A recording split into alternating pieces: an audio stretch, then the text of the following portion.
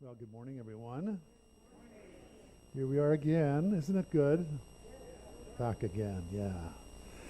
Feels like it's been a long time since I've been here, but this, I don't know, there's something about this time that feels like time is sort of being elongated. Probably because I'm sort of shut in a lot. I mean, you are too. It just feels like days are sort of going along, but it's okay. Here we are. It's just this moment. Time's an illusion anyway, right? Yeah, we made that one up. So while we're together, we'll just enjoy this moment in time. I started last week this series on the Untethered Soul, and this is a 5-week series that I'm going to be doing with you. Whenever I'm here, we'll pick up another chapter, so to speak. Actually, the book is broken down into 5 sections, so if you're wondering why 5, not 7, because oftentimes these series are done in 7 parts, but they broke the book into 5 sections, and so on. That's what I'm taking up. And last week, and I want to review this because it's the most important part of this teaching, is the very first sort of existential question that all of us must decide and answer for ourselves if we are to grow and become who we have created to be. And that is the question, what? Who am I? Who the heck am I? Who am I? And of course, when we answer that question from a human perspective, we can easily just rattle off this sort of biological sketch of who we take ourselves to be in this lifetime. We can talk about, our body, our mind, our biography, our parents, where we grew up, this sort of this genealogical sketch of us, and we can talk about our career and the work that we do, and all of those sort of things describe a aspect of this one that is appearing in a life near yours, and it's accurate as far as it goes, and it certainly isn't something we say is not true. But we say that it isn't what? The whole truth and the whole story of who and what we are. And what we're looking for, of course, is we're looking for this recognition of an identity which is rooted in our original nature. We were, says in Scripture, we were made what? In the image and likeness of God. So what that says is that, yes, we may be in flesh, and we may have a mind, and we may have a story of a life on earth, but that isn't truly who we are. That isn't our firstborn reality. Our firstborn reality is we were a glint in the divine's eye, and we are a chip off the old block. In other words, we are divine. We are spiritual beings, and we are in a human embodiment. So getting that straight, getting the priority of our spiritual nature established in our consciousness is what changes our lives from inside out. We're very familiar with changing our lives from outside in, aren't we? And isn't that the way the world sort of teaches us is the way for a better life? Is you got to fix things out here. You got to re-landscape your life. Put some more flowers over here. Get rid of these weeds, and you'll be happier, right? And there's a relative truth to that, yes, because we know we want nice things. We want to have enough of whatever our human needs are, and there's nothing wrong with that. The problem with that, if we take it to its nth degree, is that we leave ourselves bereft of the actual deep-seated happiness that is our divine nature. If we don't recognize that who and what we truly are is really the source of our happiness and our well-being, then we're always doing one more landscaping project in our life, right? Remodeling this relationship, trying to fix this job, trying to get the government to be, better, getting the right candidate, getting the right, person, getting people to see us for who we are. there's an endless list of trying to fix our life out here. And what we find is as we grow in awareness, is we recognize that those changes are always and forever temporary changes. And they never really reach that level of happiness, because the mind that creates the need, that says this isn't enough, or this isn't right, or that's broken and this needs to be fixed, is the mind that will find one more reason for that same thinking to apply to some other part of your life when you get one part fixed. It's the proverbial story of like the spinning plates, you know. You've seen the circus act where there's somebody spinning the plates and they're trying to keep them spinning constantly, and once they get one going and then they notice that farther down the line here, this one is wobbling and that one needs to be attended to. And that can be how we experience life if we're trying to make life better from outside in, if we're trying to constantly get life to line up to the preferred set of circumstances in order for us to finally be whole and complete and be happy. There's no version of that that ever works out finally and permanently. And if we're seduced into thinking that it does, then that's why we're constantly seeking but not finding in life. And I know this is not true of you, but you know people like this in your life, so you can pass this on to them when you see them, or when you really want to give them something valuable. So, but we know this, and so who am I is essential to that we ask that question and that we go deeper. And this is why it's so difficult, is because we're so oriented towards the physicality, to the material way of referring to life, that objects are easy for us to observe.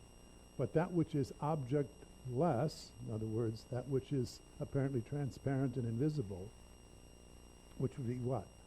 Our spiritual nature, right? If it's spiritual, it's non-physical, it's beyond the physical, and we have a hard time perceiving that. But because we're made in the image and likeness of that, it's not impossible. In fact, it's the most natural thing in the world. But it does require that you and I become contemplative, look within. We have to reflect upon this sense of being without looking for any objective qualities, because it's the objective qualities that take us into the dualistic notion of being bodies and minds in a world. And it's the recognition of what is invisible to the eye, but perceivable to the nuanced sense of knowing ourself, which everyone is born with. And even prior to your birth, you have this, and it extends to after you leave this body as well. There's a knowing of your true self. So we said last week that we have some funny things that happen to us, which is we have this voice in our head. Yeah? Does anyone know about the voice in your head? And it's always going, you know, talking. I think I remember Eckhart Tolle talking about how he he walked into a men's room and he saw this man in there who was talking to himself. There was no one else there. He was talking to himself out loud. And Eckhart had this thought, oh, I guess this must be a mentally challenged person. He's talking, you know, to somebody who's not, to an invisible person. And then shortly thereafter, he realized that he had these thoughts in his head. And he was having a conversation, Eckhart was having a conversation with an invisible person too. Actually, he was having a conversation with himself, as if there was two entities present. And he realized that the only difference between him and this man, was the other man was saying out loud what Eckhart was already thinking. And we understand that. We understand that we have this conversation that can be going on in our head. And we can begin to believe that that voice is us. And therein lies the problem. Because once we start believing that that voice in that our head is us, then we can actually follow all of its conclusions and believe what it says. And then we completely lose the true sense of who and what we are. So the way the author talks about it. He says, you're not the voice in your head, you're the one who what? Say again? The one who notices the voice in your head, the one who hears it, the voice in your head. That part of you, that aware, that capacity for you to be aware of what's going on. And that doesn't just apply to the voice in your head, it applies to all of the phenomena in your world that are perceivable. So all of your senses give you data, give you experiences for what you hear and smell and taste and see and feel. All of those things come from your senses, and there's a part of you, and this is the actual reality of you, is what registers those experiences. If you were not conscious, it wouldn't matter that your nose can smell, or that your mouth can taste, or that your eyes could see. If you weren't conscious, that those recognitions would not ever happen. And that is who and what we truly are, is getting back to knowing that we are this conscious awareness, which sort of is the witness to all that happens in our life. It's not what happens to us, it's not even what's going on with our body or what's happening with our mind. It is our awareness of all experiences that is our true nature. That is God's infinite being as you. That is the truth of you. That is the unalterable, ever-present, can't be limited, and is always there. And getting to know that is what spiritual awakening is all about. It is understanding ourself as pure consciousness, which registers our experiences. We are very good at noticing the objects of our awareness, but we overlook the awareness itself, and therefore we overlook our true nature. Does this make any sense? It did to me when I was doing it to the mirror this morning, so I'm glad it's translating here as well. So this whole thing about this subject-object relationship, and that you are the witness. You are not what you are seeing. It's not what you are experiencing. It's the fact that you have the capacity to experience, which illuminates your actual being, the truth of your nature. And he calls this also the seat of consciousness. This is where the real you lives and has its being. You know, Apostle Paul said, in God you live and move and have your being. If you can just substitute God, because God is not a great word. It's okay. You might like God, but for many people, God then pushes this whole notion of the infinite out there somewhere apart from you. And what we're trying to do is we're trying to bring the reality of the divine inside, so that we know ourselves as an expression of the divine, as opposed to one that is in relationship to some higher power that's apart from us. Yes? So that's why Apostle Paul said, in God you live and move and have your being. In other words, your being is divine. It isn't that you have a beingness and then there's a God beingness, and somehow you're hoping that someday there'll be this wonderful merging, this yoga experience in which you will become one with God. That isn't something that happens in time. That's something that has already happened and needs to happen in the reality of the recognition of this now moment, which means that time and space have no effect at all on your spiritual growth and unfoldment, because time and space is a construct of the mind, and what we're talking about is prior to mind, prior to perception.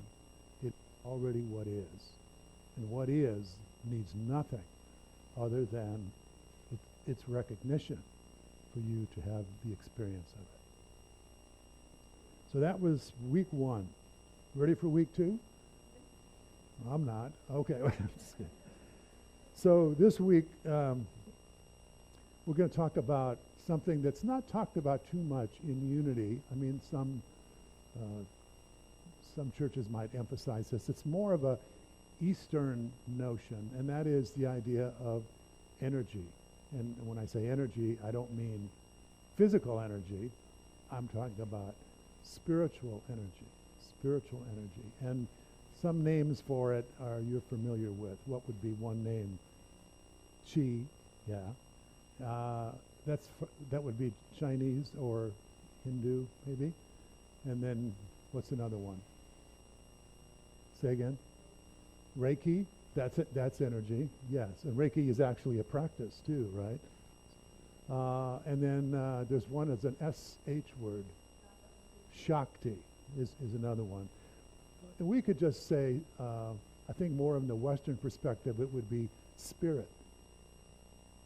So spirit, Shakti, Chi, we're talking about spiritual energy. And the importance of this is, and this is why we have to distinguish it from physical energy, is that this energy is really our true nature. And to the extent that we can manage this energy, we either experience wholeness and happiness and fulfillment when that energy is flowing freely through us, and that, like Emerson said, that we are the inlet and maybe the outlet for all that God is. In other words, if we can be the inlet and the outlet for this spiritual energy, then we feel as good as one can feel. In other words, this is the ultimate spiritual awakening, is when you feel this flow, that this energy that comes in and out. There's no limitations on it, and it gives you the experience of being fully alive and fully realized and fully fulfilled. And so that's would be the ideal, yes? So how do we manage this energy? And the way that it's most common is that it's controlled in large part by these energy centers that you have in the body. They're called what? Chakras, C-H-A-K-R-A, chakras. And these energy centers, in a way, are a way of sort of mapping the various energy centers in the human body. But again, I want to sort of go beyond the human body on this. Let's just talk about the one that I think is the most helpful for us to realize this spiritual I amness that we've just talked about. And that would be the heart chakra, or the heart center, the heart center. And it seems like we may not be fully in mastery over all of our energy centers, but we can somehow control this heart center. And the way we control that is we have the power to either open or close our heart. Now you know what this feels like. And typically we do this in response to what happens to us in our life, yes? And if things were going well and we like what's going on in our life, then we typically do what with our heart? We open our heart. We embrace life, right? So the embracing of life and the translates to the opening of the heart. And the opening of the heart, then we feel this flow of energy. We feel this like we're loving life, yeah? And that can flow in and out. In other words, we accept life, and that's an open heart. And then we're also free to share our love and our appreciation and all that is good in us. Feel we're more likely to freely flow. Yeah, there it is. I don't know. Sometimes what is that expression? The tongue gets in front of my eye tooth and I can't see what I'm saying. That's what was going on there. So the free flow of energy, that's really what it's all about, yes? So if we can find a way to keep our heart open, then we're going to be happy all the time. Now that sounds maybe a little Pollyannish, a little idealistic, but why the heck not? I mean, we've tried the other approach, right? Where we're constantly in reactivity to life, you know? We've tried that and we get the ups and downs, right? we go, then life has to be a certain way for us to be okay. And people have to be a certain way for us to be okay. And it just wears us down. It makes us weary. It makes us sick. It makes us tired. It makes me tired. And so what we're looking at in this particular approach is, how can we keep our heart open? And he doesn't have any magical technique in here that's some really sophisticated spiritual technology. He just says, how about this? When you find your heart is closed, or it's starting to close, you say to your heart, heart, stay open. In other words, it's like training a puppy. You know, it wants to stay open, and the only reason that it's closing is because somewhere long ago you and I were trained, we were conditioned to protect ourselves, and the way that we protect ourselves from being hurt was that we closed our heart, and that it had value in that situation is relatively true, but spiritually it is the worst thing that we can do, because when we close our heart, although we might be protecting ourselves from, or seemingly protecting ourselves from hurt, we're also closing off the very vessel in which we can receive divine love. And by protecting ourselves from a human threat, let's say, and then denying ourselves the experience of God's love, that's not a good trade-off. And what the masters would tell you is that closing your heart, especially as an adult, really doesn't do anything for you. It's rooted in a very immature understanding of how to deal with life. But the spiritually evolved person knows that keeping your heart open, regardless of what's going on, will keep you in touch with this flow of love, this flow of joy, this flow of wholeness and fulfillment, and all that you and I really want out of life is only going to be experienced as if our heart is open. And if our heart is closed, then life is going to have to continue to be this never-ending conformance to our preferences in order for us to seemingly get the happiness and the joy and the love that we want. And there'll be an endless expectation for people to act a certain way in order for us to feel love and feel happy. So we understand that there's a great value in us keeping our hearts open. And so, essentially, I'm going to read right from the book here. He says, the key to staying happy is really very simple. Begin by understanding your inner energies. If you look inside, you will see that when you're happy, your heart feels open, and the energy rushes up inside of you. When you aren't happy, your heart feels closed, and no energy comes up inside. So stay happy. Just don't close your heart, no matter what happens. Even if your wife leaves you, or your husband dies, you don't close.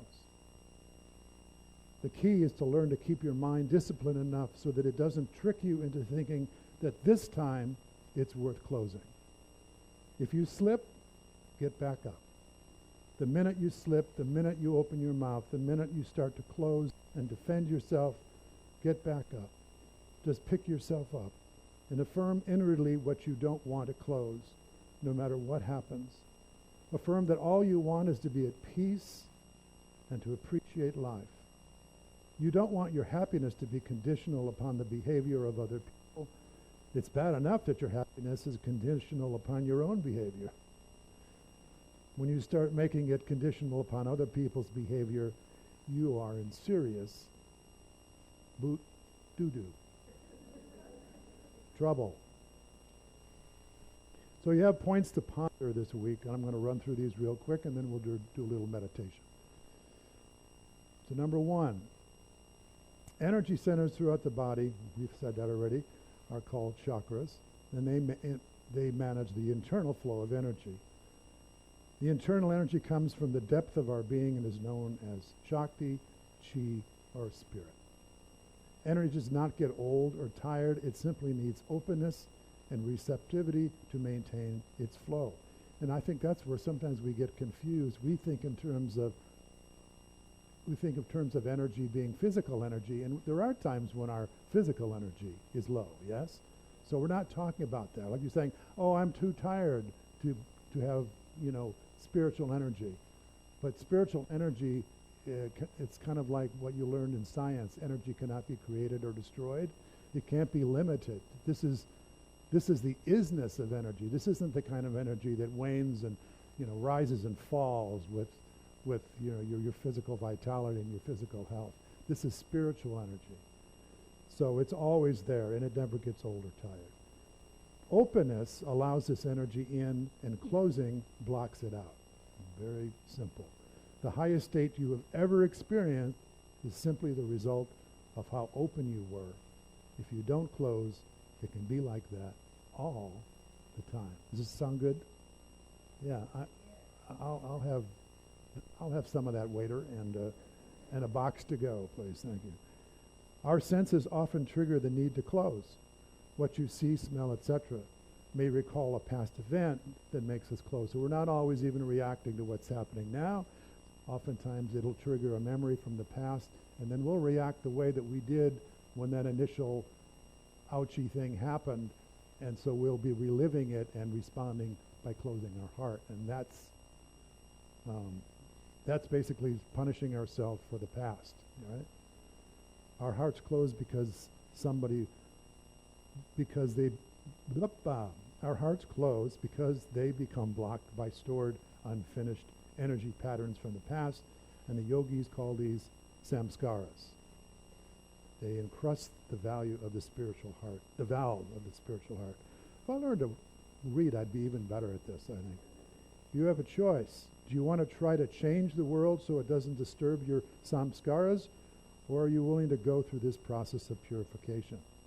Of course, only you can answer that question. I was thinking it's like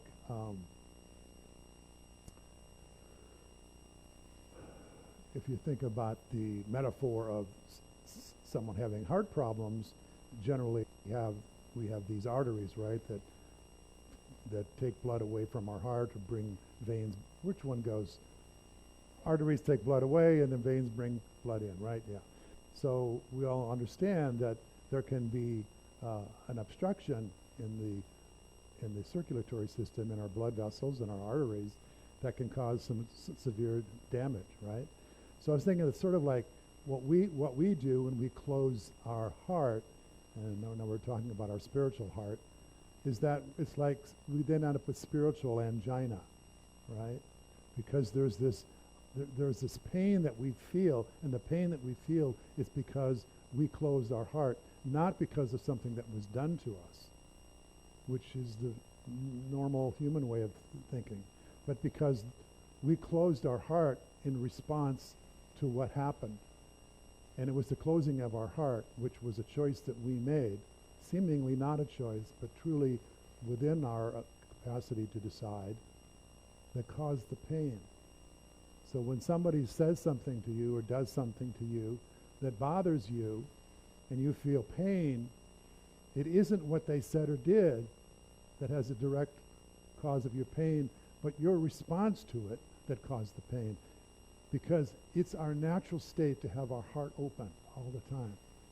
It's our natural state to be in a state of love and sharing and openness and trust and even vulnerability. That's our natural spiritual state.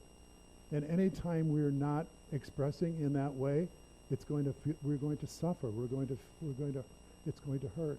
This is a real hard one for us oftentimes, because we've all been hurt in relationship to other people, yes? And so often it's felt like, she said this and he did that and so forth, and they hurt me. But really, and I'm not talking about physically at this point, I'm talking about psychological and emotional hurt. They did what they did, and then the reaction, which again is rooted in our old way of dealing with life when we're little, is to protect ourselves the only way that we know how. And now we are older, and now we know that keeping our heart open is actually a better solution to avoiding the pain of difficulty and relationships. And my wife, who is a very good teacher of nonviolent communication, says the best way to keep your heart open is empathy. And empathy, must start with you. So when you're hurt in relationship to another person, if you can first have empathy for yourself, have empathy for what you're experiencing, that you feel this pain, and be compassionate with you, and don't beat yourself up for like, oh, I shouldn't be feeling bad. I'm a spiritual being. That's not going to help, because judgment and guilt and shame on top of pain does not make you feel better. Have you noticed? I've certainly noticed, although it's what the Buddhists call the second arrow. The first arrow may you have no control over. Something comes at you and you get hurt. But you beating yourself up for reacting to that hurt in a non-spiritual way, right? Like, oh, I should know better. That's the second arrow, and you do have control over that one. So empathy is a better arrow, the arrow of empathy, which is to basically have compassion and love for yourself. And then something very magical happens. If I have empathy for myself, then I think I can then have empathy for the other person. In other words, because if I'm understanding what I'm going through and that it's coming from some legitimate human need that I have for consideration or respect or love or whatever it is, if I can do that for myself, then I've opened my heart, and that open heart now can allow me to see what that other person might be going through, what they might be needing that even gave rise to their behavior. And so now I don't see them so much as an enemy, but I see them just like me. They're a human being with needs that had a very unskillful way of communicating those needs. Yes? And we're going to do another series later in the year on The Eye of the Storm, which is a really good book about learning to not see life to be against you. And we'll learn a lot of these techniques. Many of you probably already have experienced that. So that is, if you're wondering how do we apply this going forward this week, I would say if you're feeling pain, if you're feeling hurt, have empathy first for yourself. And then, if possible, see if you can have empathy for the other person or the other situation that maybe gave rise to you experiencing that pain. So the technique of freeing yourself is done with the understanding that thoughts and emotions are just objects of consciousness. When you see your heart starting to get anxious, you are obviously aware of this experience. But who is aware? It is the consciousness, the indwelling being, the soul, the self. It is the seer, the one who sees. And that one never gets hurt. That's your spiritual nature. So the one that observes is not the one that suffers. The one that suffers is who you take yourself to be when you feel separate from your wholeness. So this work is about remembering who you are. When life presents all of this stimuli and life comes at you with all of these events and circumstances, it's to remember who you are, to stay back as far as you can in terms of being able to observe what's going on and not be tossed about and not be victimized. To not be victimized means that I don't see myself as a separate being who has undergone this suffering. And the way that you can begin that process is, first of all, have empathy for yourself. Recognize that you know that there are these human needs that you have. And once you begin to see that you have these human needs, you realize that that's all this is really all about. There isn't this self that is so vulnerable. That's not who you really are. And little by little we begin to whittle away at this false sense of who we are, the one that gets hurt, the one that needs life to be a certain way, to be okay. We begin to see through that story because it's not true. It never was true. And as we begin to see through it, this more of our true, authentic, spiritual, sacred self begins to emerge and comes forward, and that we can presence life from that identity. Sound good?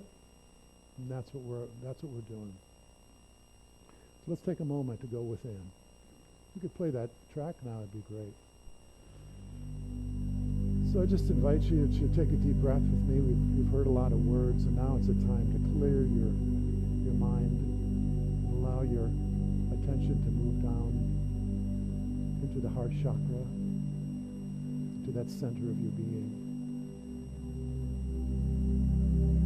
Just invite you to breathe into your heart as if your heart was your lungs and you were expanding with the life-giving breath that is afforded in this moment.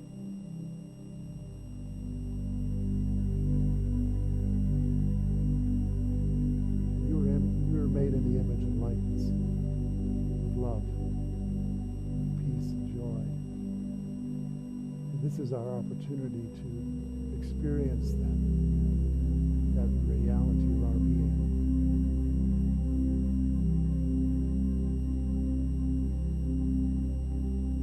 Master Teacher Jesus said, "Do not judge by appearances."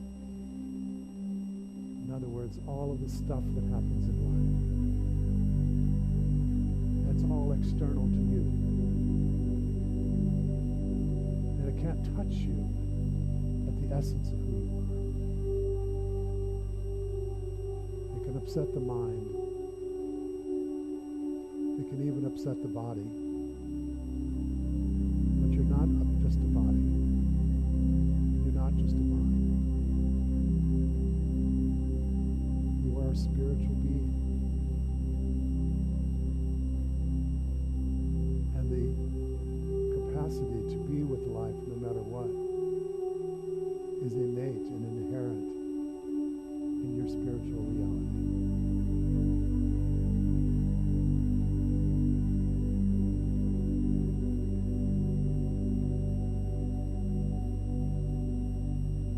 Whatever spiritual reality that you think is coming is just a notion of the mind. The spiritual reality in its fullness is here now. You are God's infinite being in expression.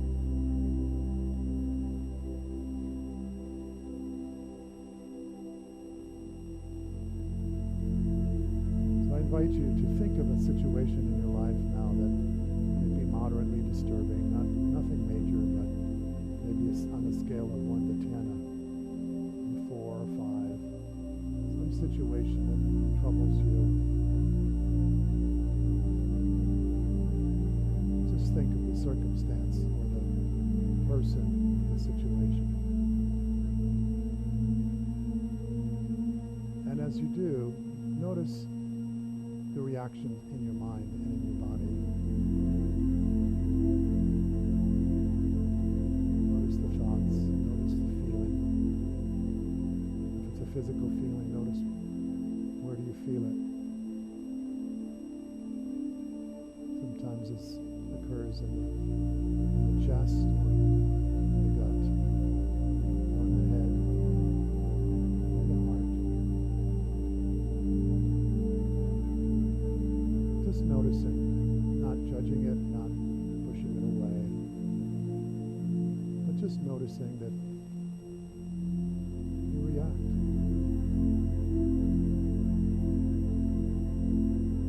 And now just following this simple guidance, I invite you to open your heart. Just let it open. Same way that if you were underwater holding your breath and you came up, you would take a deep breath. You'd fill your lungs with fresh air. Open your heart and let this life-giving energy flow through you again. The It's the most natural, God-given capacity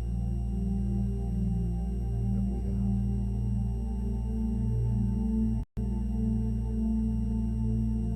Breathe in this love into your heart. Let it expand. Let it be filled like a balloon that responds to the infilling. That's elastic and can take the shape of whatever you allow in.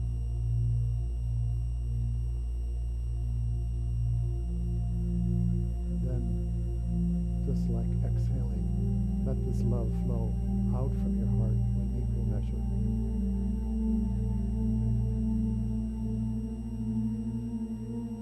As Emerson said, you may be the inlet and the outlet for all that God is. So let's just sit in the silence now, allowing this life, love, and joy that is our true nature to freely flow in and out through an open heart.